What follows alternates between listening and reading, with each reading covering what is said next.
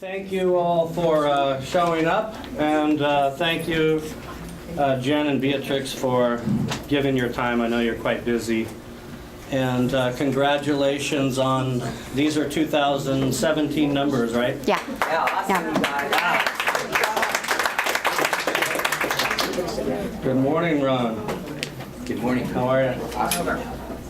Now, the message that I had received, just so I'm clear, is this double from 2016 in terms of the volume?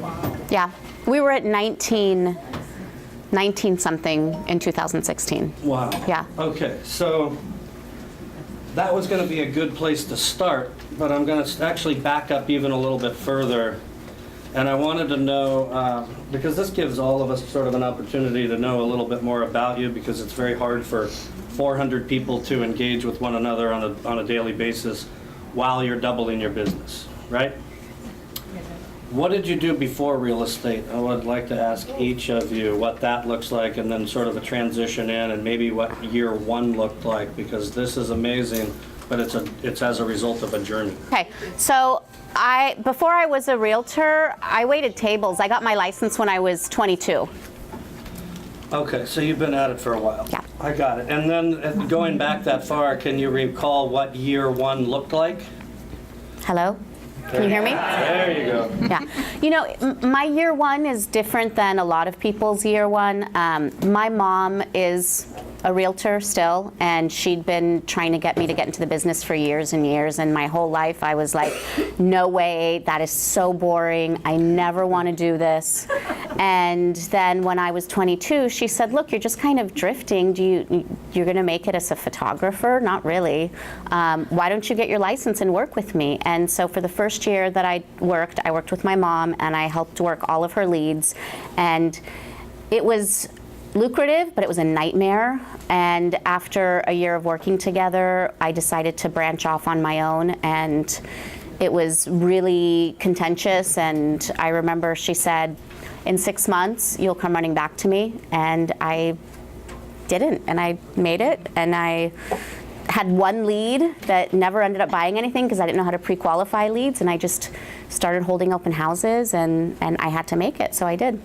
So that's how long did that last with Mom? 1 year. Okay, so your first year in business, the way I designed the question, is really the first year after you left Mom, Okay. right? Yeah. So walk us through that.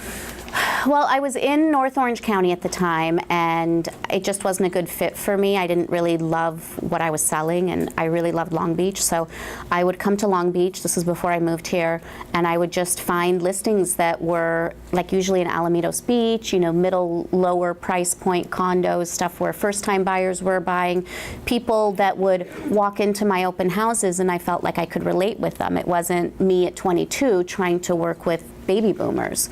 So I think that was really the right thing. I loved the area. I loved what I was selling. I could relate to the people that were coming in, and I would just find open houses for other agents that were vacant and go take pictures of it and make my own flyers and make my own bottled waters and treat my open house like the most important day of the week and set up my signs at like 6 a.m. and take zip ties and put them all up and down Alamitos Beach. Okay. Different from me, who was always 45 minutes late and no zip ties. Okay. And how many days a week were you working that first year, roughly? Was this a full-time deal? I mean, I was doing real estate full-time. I was working a solid 5 days a week, 4 days a week, but my weekends were my big And days. do you recall where most of your business came from in that year? Open houses. Open houses and referrals. And where'd you get the listings to hold the open houses? I would look on the MLS. So you would call other realtors? Oh, yeah. I got it. Oh, yeah. Okay. Yeah. Okay, that's Yeah, I didn't have a marketing budget, and that was the most inexpensive way for me to get FaceTime with people. perfect. Okay, Jen, going from single Yes. mom for 10 years, first year in the business, when was it, and walk us through it? So I was a single mom, I was a stay-at-home mom going through a I said divorce. single, I meant stay at home. I was going through a divorce and freaking out because I didn't have a job and I didn't have experience, you know, because I was stay-at-home mom for 10 years. And so I ended up calling an old broker that I used to do bookkeeping for before I was a stay-at-home mom. And I was like, I need a job. I need a job. Like, I I can't take care of my kids, I can't pay bills, like, I need something, like, can you give me something? And this is a perfect one with no consistency in terms of the paycheck, so it's an interesting choice. Were you nervous? Well, I didn't choose that. I said, can I be your bookkeeper? Oh, Do you I need a got it. bookkeeper? Do you need an assistant? Like, I need a job. And he's like, get your license. And I was like, I know nothing about real estate, like zero. Beatrix can tell you a story about that. But he's like, it'll be fine. Just get your license. I'll pay for it. It'll be fine. So as I was getting my license, he did let me do assistant work for him to have a little bit of money. And I got my license, and he was like, try commercial. And I'm like, first of all, I know nothing about real estate. And second of all, like, commercial seems like the scariest thing ever. And so that wasn't working. So then I was like grasping at anything, you know, mobile home leads or renters. It was horrible. Like, Do you remember how long it took you to close your first deal? Well, so we did it differently. I was introduced to Beatrix in the office because she was pregnant and she was expecting to go on maternity leave, and she needed somebody to help run her business while she was gone. So she hired me as her assistant and said, I will teach you everything you need to know and help you grow as an agent. And that's how I started. So I didn't start straight into it as, you know, pounding the pavement like she did. She like held my hand through every step of the way. She started, you know, I remember the first assignment Well, she gave me. kind of. You did. How many years ago was that?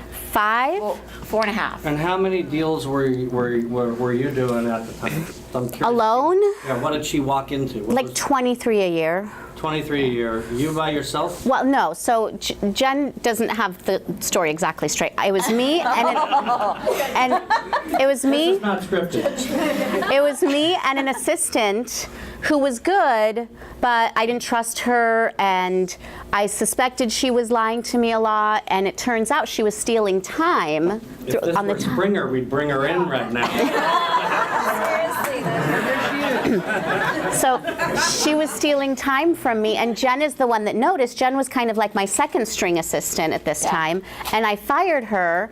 And when I found out this assistant was stealing time, I fired her and I said, Jen, you've been promoted. You're my only assistant. I need you to do this, this, this, this, and this. Call escrow, do this. We need the appraisal, put the appraisal, do this. And she goes, okay. What's escrow? And I went, oh, shit. And I sat her down across the table from me, our computers back to back, and it was like that for 4 months. We were roommates sitting at the same desk, and I taught her everything. Everything. Yeah. That's super cool. Yeah. Yeah. It So- was the best thing that ever happened to me, honestly. Yeah. Yeah. We're like we're work wives. Yeah, now. we're like work wives now. I believe, and you guys would know also, that's really the only way you can do it in this business. Because even if you knew what escrow was, it doesn't mean much. There's Yeah. so many things you have to learn, and you can't go through a 2-week training program. I don't Yeah. care if it's from 9 to 5 every day. It's sort of meaningless, especially depending upon how you learn. And I learn hands-on, and a class doesn't necessarily connect any of those dots. So I love that. And so then what was the result of that? So 4 months of really doing things as you're being instructed and guided, right? Yeah. So you're doing it in real time. Yeah, I mean, how much of that was going out and getting business? Before we actually started sitting together, I remember the first assignment she gave me, she's like, I need you to schedule these showings. Here's the addresses, do it. And I was like, how do I log into the MLS? Like, I didn't know anything. And she was hard on me. She's like, this should take you 5 minutes. And I think it took me like 30 minutes. But then slowly, you know, once she would take me to open houses with her and like literally show me everything. Like we were just, you know, together all the time. And then I was more like a showing agent. I would, you know, just show buyers, and it's just progressed to now we're partners, and she has brought me up to her level. I have an off-the-script question. So when you're taking your time to do that, because there's got to be a mutual benefit at some level, or you're not going to stick in it for 4 months. She's going to either like it and find some sort of satisfaction in this endeavor or walk out the door. Right. What are you seeing in her at that time, if you can recall, that made you want to put in that time and stick with it? Because you're saying this should take 5 minutes. I usually say it takes 30 seconds, so there's a lot of, it requires a lot of patience. Well, I think that, like what I saw in Jennifer was that she treated my business like it was her business. It was never like, okay, I'm going to put in my time for the paycheck and be out of here. I mean, I was paying her as an assistant, and over the years, she just showed so much determination and so much of a commitment to the business. I mean, she started doing the books and was like, you're wasting money here, you're spending money here, why don't you do this, why don't you do that? And it's at the point now where I don't make any financial decisions without her. All of our decisions are mutual, hiring decisions, everything. We're partners. Okay, so one thing they say about what we do for a living is clients are attracted to the standards and services we represent. Doesn't necessarily mean we're doing them. So one of the things you said is as an observation, because that's important for, I think, any business owner, is if someone is looking after your money, in my case, better than I would do it myself. Yeah. That would be one thing I would put on that list. Yeah. What's another thing you'd put on that list that you observed in terms of standard and service relative to the care of a listing or an interaction with a client? Was there anything you could remember, or maybe you see it today, so it's an easy answer? I remember one of the first times I had Jen go out and meet with a client that was a client that I had only dealt with. It was Caroline. It was this home. I was representing this client on an almost $1 million home over in Alamitos Heights, and she went to go meet them for the walkthrough or something like that because I couldn't, and she thought ahead to bring them Starbucks to the walkthrough, and I was like, that's awesome. That is so thoughtful, and it's such a high level, and I don't think a lot lot would have thought that. I can't believe you remember that. Yeah, I remember that. So just little Bring things you like two that. Closer together.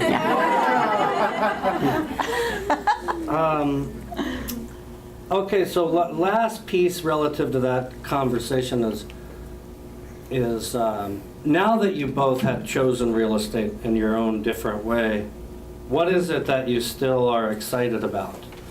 How many years later for you, Beatrice? This is my 16th year. 16th Yeah. and Almost 5th. almost 5th. Yeah. Okay, tell us about that. Maybe it's a good time to answer that too, because it's the new year. Yeah. I'm super excited about my team. I'm really, really excited that we're at a point now where we've kind of turned it into a little machine where we have all of the staff that we need. Everyone has their own role so that we have people who are the best at what they're doing only that, and not people juggling things. Every year we're I always say we're like a startup. Like, we're small, we all still have to wear a lot of hats, and we're still kind of figuring it out as we go, but we're kind of honing in on what works and what doesn't work, and every month we'll go, okay, well, we tried this, it didn't work, what else could we try? And I think every month and every year we get closer to that. So I'm excited about the efficiency of that. I'm excited about our team. Our team feels like a family, and I'm super excited about our move. We're moving downstairs hopefully next month to the Anderson space, and we will have the space then that we need in order to grow our team a little bit. We want to grow it by 3 or 4 agents annually in a very very thoughtful way, not just to have more agents. We want to really train them and to train them to be producing agents, and I'm super excited about that. We actually have a pilot program we're doing with one of our newest agents, Treasure, where what Jen said about how she learned while getting paid was really, it struck a chord with me, because we've had other agents who come onto our team and they don't realize how hard it is at first, even with all the support and training and leads that we give them, and they go do other things because they run out of money. And we're trying this pilot program where we're teaching Treasure, but we're also paying her as an assistant for a number of months until she gets her first deal and then hits the ground running. And I think that keeps her paid and engaged and being able to stick with it, because it's hard to stick with something if you're like, I don't know where my rent's coming from. Mm-hmm. So I'm really, really excited about that. And of course, coming to work, Monday's my favorite day of the week, and I love what I do. I love it. So let me back up a little bit, just because I'm curious personally if the 2016 numbers versus 17, is there a different group of people, or is there a different org chart? Yeah. And what was the org chart in 16? What is it now? Because I think you just told Yeah. us where it's headed. Well, in 2016, we were still kind of figuring things out. It was still just me and Jen. We had tried hiring an ISA, it didn't work. Then we tried hiring a director of operations who turned out ultimately to be a bad hire. And then we had this opportunity to hire someone who we used to work with at Doma Properties. And bringing him on was fantastic because it's someone who has all this real estate experience, but doesn't really want to be out selling, to just sit in the office and handle all of our deals. And it's like a third brain, as experienced as we are, to bounce ideas off of. So having him on board in 2017 was a big help. When you say handling deals, you're talking about contract to close? What does that mean? Yeah, I would say contract to close, yeah. Okay. So my role right now, Like all of the in-office stuff. So Yeah. it gives us the opportunity to be out more. Like I was mainly the one in the office behind the computer, making sure emails were getting answered, making sure everything was going smoothly. Beatrix was out hustling. Once in a while, I'd go show property or go to appointments, but there was always somebody that had to be there, and that was me. And so finding him to do that, he's a great fit for that because he doesn't want to be out, but he's been an agent for I think over 10 10 years, yeah. So he has as much knowledge, but he's perfect to be in the office and kind of manage marketing, transaction coordinator. Okay, so there is a junior marketing agents. piece to that Yeah. job description. That was my next no, question. we actually have an in-house marketing person That's too. what I thought. Okay. So we have a director, it's me, Jen, we have a director of operations, which is Will. We have a marketing person, Natalie left for New York, so we replaced her with Faye. So every day in-house we have me and Jen, Will our director of operations, Faye for marketing, and our transaction coordinator. And that's 16. That was 2016. I'm sorry, that's 2017. In 2016, it was me and Jen and some Bad hire. half-assed hires, yeah. That's a technical term for those of you that are Yeah. watching this video. Yeah. Okay. Okay, perfect. So, I'm good. I mean, I think people have connected the dots there. So essentially, when you have one person out hustling and you have another person back at home base, and now you're both freed up to do things that are interacting with, I'll just say interacting with humans, right? Money-making activities. Money-making Instead of activities. just her primarily doing it, now both of us are able to do money-making activities. Okay. And is there anything other than that you would attribute to the doubling of the business? Because going from 20 million to 40, well, I'll just round up to 40, it changes a lot of stuff. It's not just an increase in volume and an increase in math, but it creates a tremendous amount of opportunity, which I don't believe you've yet to capitalize on, which is why you're saying what you're saying about your future plan, right?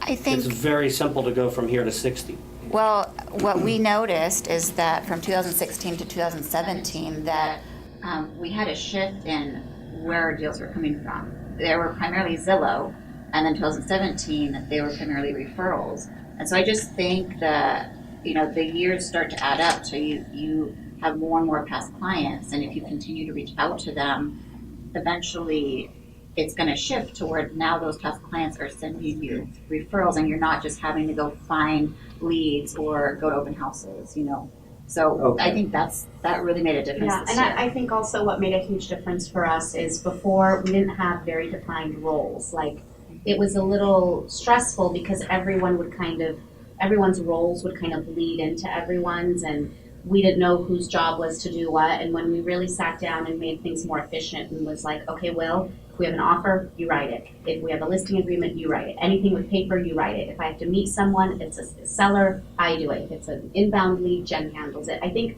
really shoring up those roles so that there's no wasted energy and you can focus much more with a laser-like focus on what your specific role is has been helpful too. Which, by the way, if you're an individual, you can't do that way. No. Right? Right. That's the No. nightmare. And unfortunately, the business itself isn't really designed for an individual the way I see it. I agree. Okay, one question about your comment, Jen, with the Zillow and at one stage or percentage of the overall business and then referral business. unless I got it wrong, surpassing that on a percentage basis? Yes. Let's talk about I don't want to assume anything, right? Did something change as it relates to the return or focus as it relates to only Zillow? That's my first question. Well, I think bringing on Will gave us an opportunity to really reach out to our past clients more than we were, and set up, meetings and coffee dates and happy hours and pop buys and really focus on that, because obviously spending the amount of money we do on Zillow isn't what we ideally want to do, but it's something that we have done, and now that we're starting to see that, just taking out a past client for coffee or stopping by, which is free, or maybe $5 for coffee versus a huge amount of money from Zillow, like it's a better return on investment. So Sure. I think that's something that we're definitely going to have to analyze this year, moving forward on, are we going to continue to invest just as much in Zillow? Because we do, we get leads, we get good leads, we get some leads that we have to nurture for a long time. It takes a lot of energy that, may not be ready to buy for a whole year. They're like the, tire kickers just now starting to think about it, not pre-approved, not ready to be pre-approved. Maybe just got a new job, they need to stay there for a couple of years before they can buy. So there's a lot of time and energy into actually nurturing those leads that we buy, versus past clients that they're like our best friends. Like, I also think that the lead quality on internet portals has gone down over the years because there's so many internet portals. When I started with Zillow, it was way higher of a conversion rate, and now there's so many different internet portals out there, and these leads are clicking on, 2 or 3 agents on Zillow and 2 or 3 agents on Trulia and Realtor.com and Redfin and wherever else they are. So I think the lead quality has gone down, and I think that's part of it, along with it's much easier and cheaper and faster to have someone who's already worked with you and knows you and trusts you to work with you and refer you business than someone who's a complete stranger from the internet.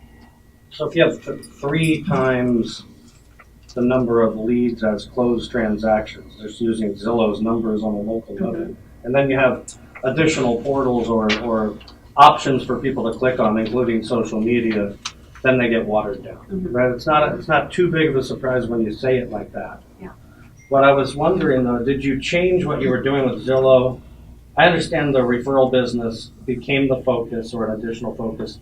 You see the benefit, you see the cost benefit, and it surpassed Zillow, but did you decrease Zillow or abandon the focus on Zillow, or is it right now currently remaining the same effort, time, money, and energy? so we made a mistake. We thought that we should hire. Jumped right to referrals, so I'm just wondering. We thought we should hire an ISA Aha. to call our internet leads, and for 3 months we didn't see anything. Like, buyer appointments were being booked and they all canceled. There was no showings, that nothing was coming from it. And so we just kind of had this light bulb moment that why are we hiring somebody who isn't as good as us to handle these very expensive leads when one of us should be doing it? And so we just recently decided for me to take that role on, because we're the face of the business. When somebody clicks on our picture, they expect a call from us. So that's something that we just recently changed. Like I said, I can't say that that's what changed 2016 to 2017, but I can say that, like Beatrix said, our roles were very kind of all over the place. So it wasn't just her, or it wasn't just me following up with these leads. It was just like, who can call this lead back? And it wasn't very consistent. Is the ISA no longer with the team? No. Are they? We got rid of the position. Were they virtual or were No, they? real. Are they here or are they going? No. Okay, because I wanted to know that before I asked. So oftentimes, because you'll hear mixed things. You guys go to a lot of things. You have YouTube or whatever. You hear all sorts of different mixed answers to that question. So I just want to stick with it for 1 second, because my thought process, like a lot of people, it's always what you said. It's like, okay, well, no one's going to do it really as good as you are. And if you're going to leverage it, you're probably going to see some weird stuff. Right, so first of all, you have to hire this perfect person that's gonna be an ISA, that's gonna actually return those calls with the same manner in which you described Jen taking the cup of Starbucks to the appointment without being told to the client.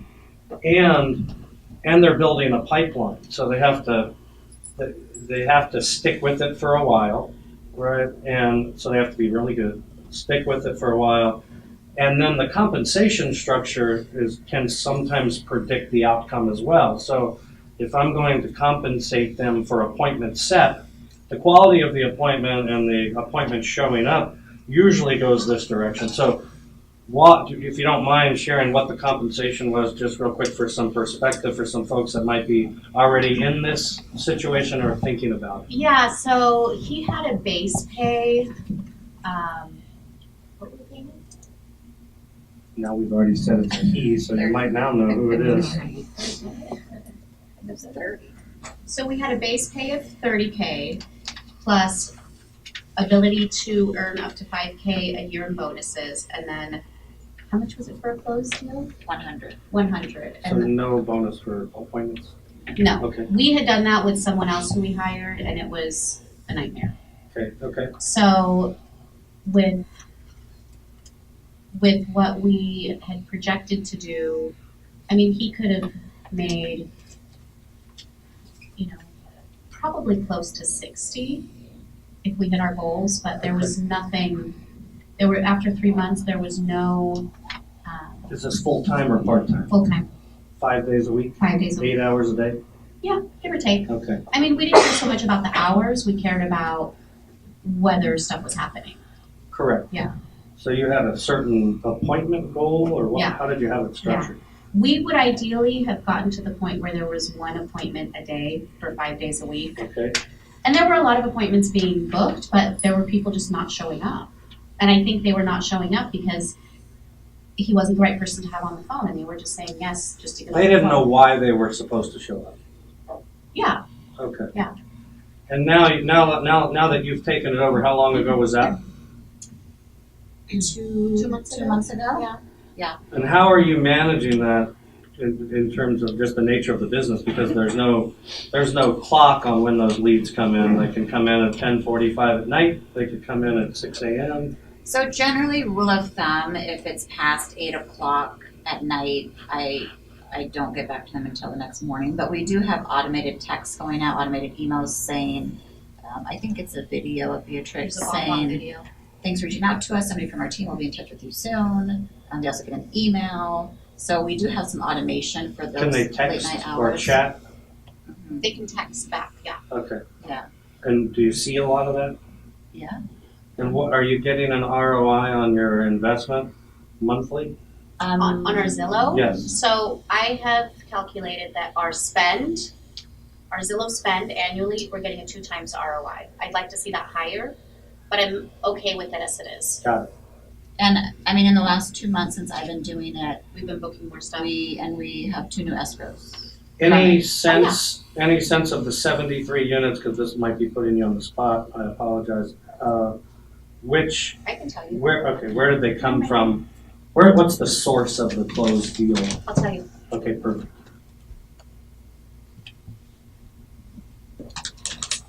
I started putting you on the spot, but I knew you'd have the answer. She's the data queen. I've been in text communication with her, I get it. I gotta have a lot of notes to be prepared when I'm doing that. 2017. Whoa, what is that? What do you use for that? What is it? Numbers. How's that It's the do? Mac application. So, okay. So 18% of our deals last year were from Zillow. 17% of our total GCI were from Zillow deals. I also make a category called Zillow plus residual because if I have a past client that we originally got from Zillow, I kind of want to trace that. Okay, So past client and good. so Zillow and residual, 38% of deals. Well, hang on to that for 1 second. That actually was my own personal rationalization for continuing to spend on the west side, because I'm like, oh, well, we're breaking even, let's say, I'm not giving the 2% as an example, but when we close the deal or get a deal that in some cases, rare cases would be a listing, the open house opportunity on the west side is phenomenal, therefore we would get a 1 and sometimes 2 more deals as a result. What are you calling that category? I just call it Zillow plus residual, like maybe someone that technically is a past client, but I originally met them through Zillow. So I just call it Zillow plus residual. Because that's a number that will probably be able to go this direction as Oh, yeah. opposed to your, going from 1% to 2%. Not as impressive, right? Yeah. In terms of going to the bank. Okay. So our past clients for last year, if you're interested. We are. Yeah, we're Okay. interested.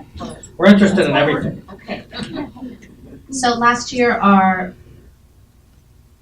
past client / referral / sphere of influence, 38% of our, 70% of our deals came from that. 73% of our GCI came from that.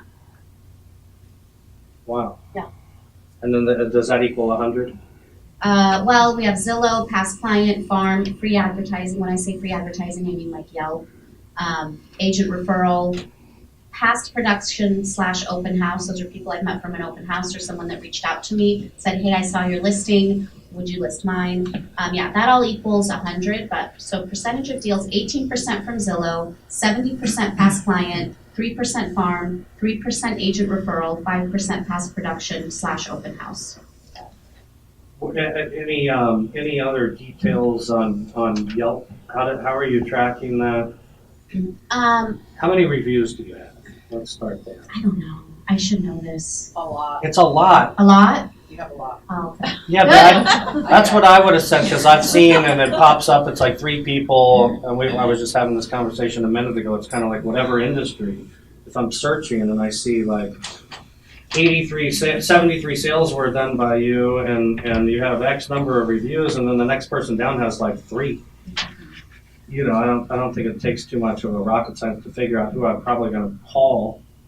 We make a point to ask our How are you clients. doing that? When in the process, and what does it look like? 'Cause So I would say anytime during escrow, if they're like, oh my God, I'm so happy, then we try to ask for referrals. during And that who's time. we? Is that now part of it because the job descriptions have gotten more finite? Is it? Anybody that's with the client, like Okay. we try to teach Olivia and Treasure, she hasn't had a deal yet, but, when your clients are so happy, that's the best time to ask them, hey, do you know anybody else I can help? But then as soon as escrow closes, They haven't gotten the keys yet. As soon as they get the keys, we're the like, vested interest leave us a relationship. review. Correct. please." And, Okay. and we kind of stay on top of that until they do. Obviously, not everybody's going to, but we just explain how important it is to us. I just say, a lot of people find us online, and a lot of times if it's someone that found us online, they totally get it, and they're like, yeah, no problem, we'd love to. And then we hound them, we keep sending them bomb videos saying, please review us, and, Snapchats. yeah. Okay, and it's increasing. Do you guys have a set goal for that? Is that here's where we are now, this is where we're going, and is that being tracked? Review-wise, number of Yeah. review-wise? No, I know that right now on Zillow, we've got maybe 120 reviews. I know we're owed a lot, but I also, I don't want to give people fatigue from us hounding them for a review. Got it. That's really going to be the job of our marketing girl. That's sort of what I was saying. Yeah. An internal goal. Yeah. And it's something that I don't even know where I heard it, but it's recent. It might have been from Jason Abrams or someone like that. They said this similar thing. It's during the deal, and they found a way to incentivize their TC because the TC could have a script that offered some value. Check to see how things were going in the conversation.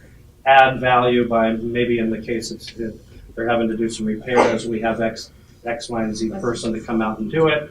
And by the way, who do you know? So they would ask for referrals. If they get the referral, it closes. Instead of paying the TC $300, they give them $750.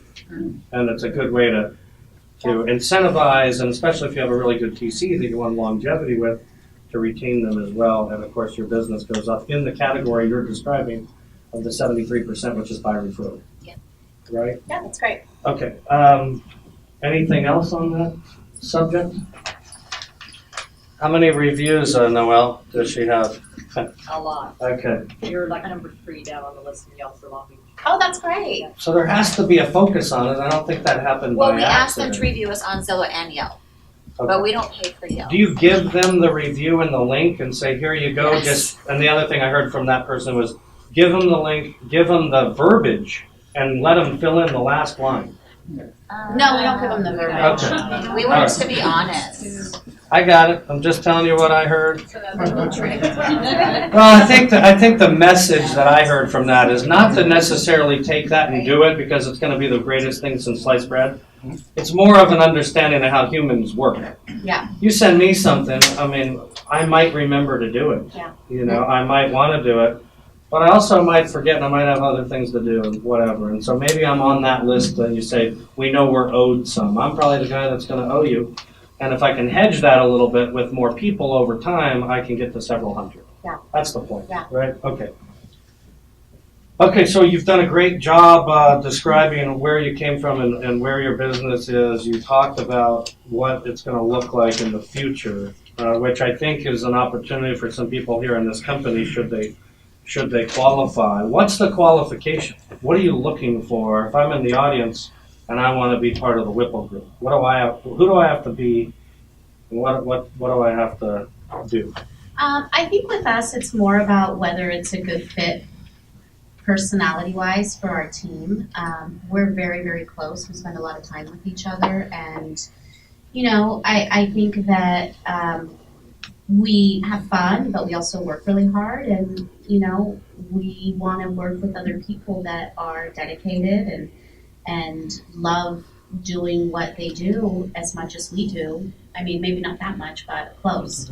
And I don't know. I mean, it's case by case. We just kind of go off of gut feeling and meeting people, and we're really tight knit. So we all have to get along and good work ethic. Okay. What's a bad recommendation that you hear? I'll take this. Okay. So the question I did send you one of these questions. I think it's a Tim Ferriss question. What bad recommendation do you hear in your profession or area of expertise?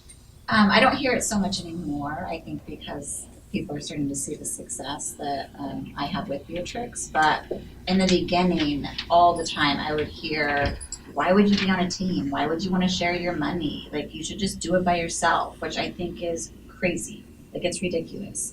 Because, like, there's strength in numbers. And I would think that it's probably very unlikely that I would be able to do 73 deals by myself.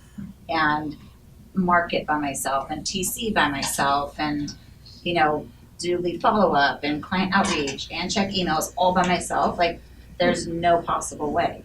And there's also the great thing about a team is we all have different strengths. Like, she's loves her spreadsheets and she loves designing stuff and I don't want to do that. And, I like doing the bookkeeping and I am, the C, the cautious one, and she's the D, the driver. Like, I don't want to be the driver.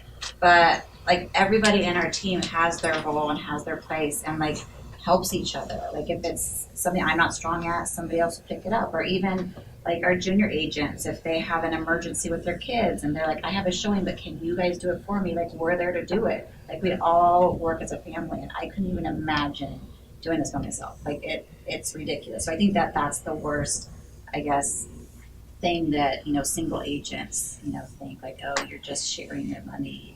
You should keep it all to yourself, which you make more money on a team. I really do believe that. I really do.